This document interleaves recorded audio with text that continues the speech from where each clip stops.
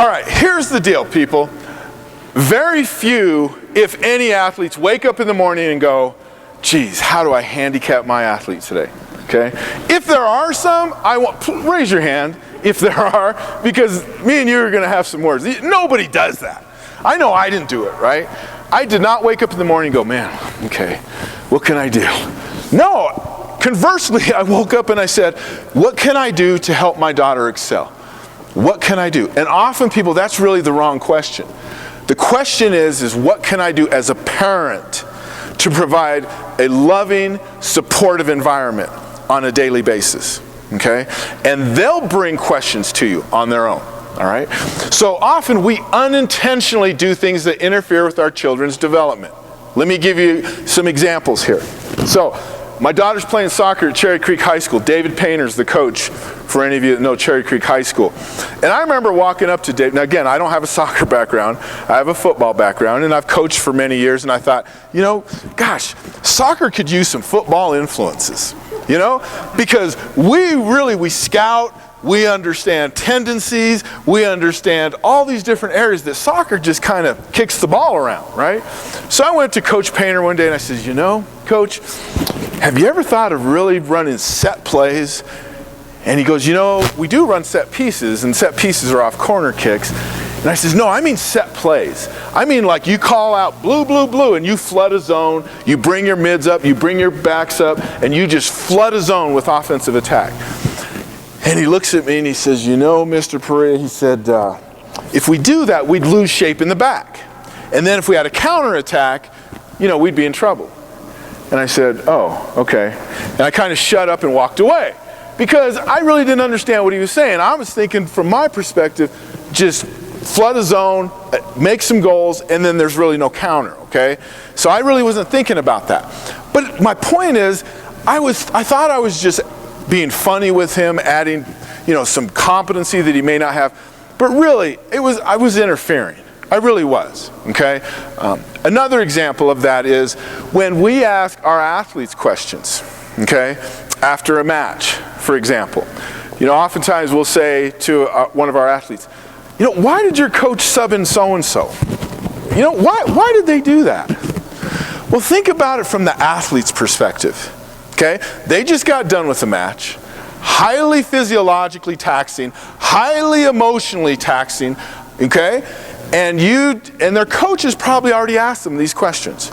They've probably already asked themselves these questions. And now they're getting it out a third time. They don't necessarily know. Don't ask them what their coach's decisions are. That's so simple, okay? Don't ask them why they made certain moves. They don't necessarily know. Does that make sense? Okay. All right, so now one recent survey of elite tennis teams, and in this study they also talked to volleyball coaches, said that 4 in 10 parents do things that interfere with athlete development and autonomy. So what that tells me, people, is parents are often unintentionally doing things. Again, we don't wake up and say, how do we harm our athletes? But we do little things like asking questions after matches, you know, on the ride home, that really can unwind some of what we do as coaches, right? Okay, so parents play a critical role as socializers, role models, providers, and interpreters of the athlete's sport experience. I can't emphasize this enough. The interpreters of the athlete's sport experience, okay? I'm working with a client right now at a local high school, and he's a wrestler. And as a freshman, he plays third in state as a freshman. He walked up to the wrestling coach last week and said, I don't think I'm going to wrestle anymore. As you can imagine, the wrestling coach was stunned. He says, what's going on? He says, you know, it's just not fun anymore. He says, well, we haven't even started yet. He says, I know. He says, but my dad's already coaching me. He says, my dad's already talking to me about what I got to do to win a state championship this year. He's like, okay, we've already figured out that the guys that beat me last year are seniors. They're gone. So now my dad's already got this plan mapped out how I'm going to win the state championship. Okay? Is that outcome oriented or process oriented? Outcome oriented. Okay? Should the father be talking about that to his athlete at this point? No. Now you might say, it's a natural thing. Come on, that's my kid. I'm talking to them about sport. That's what they do. We're from a sport family. People, so am I. So is Melanie. So is Whitney. We're from sport families. But we've learned through trial and error that it doesn't always work that way, and it shouldn't. Okay? So now my job is to help the father and the athlete bridge a gap of lack of communication. Because if the son could have went to his father and says, Dad, back off. Back off. Let me just be my person. Let me wrestle. Now, again, did the dad wake up and say, I'm going to unwind my kid?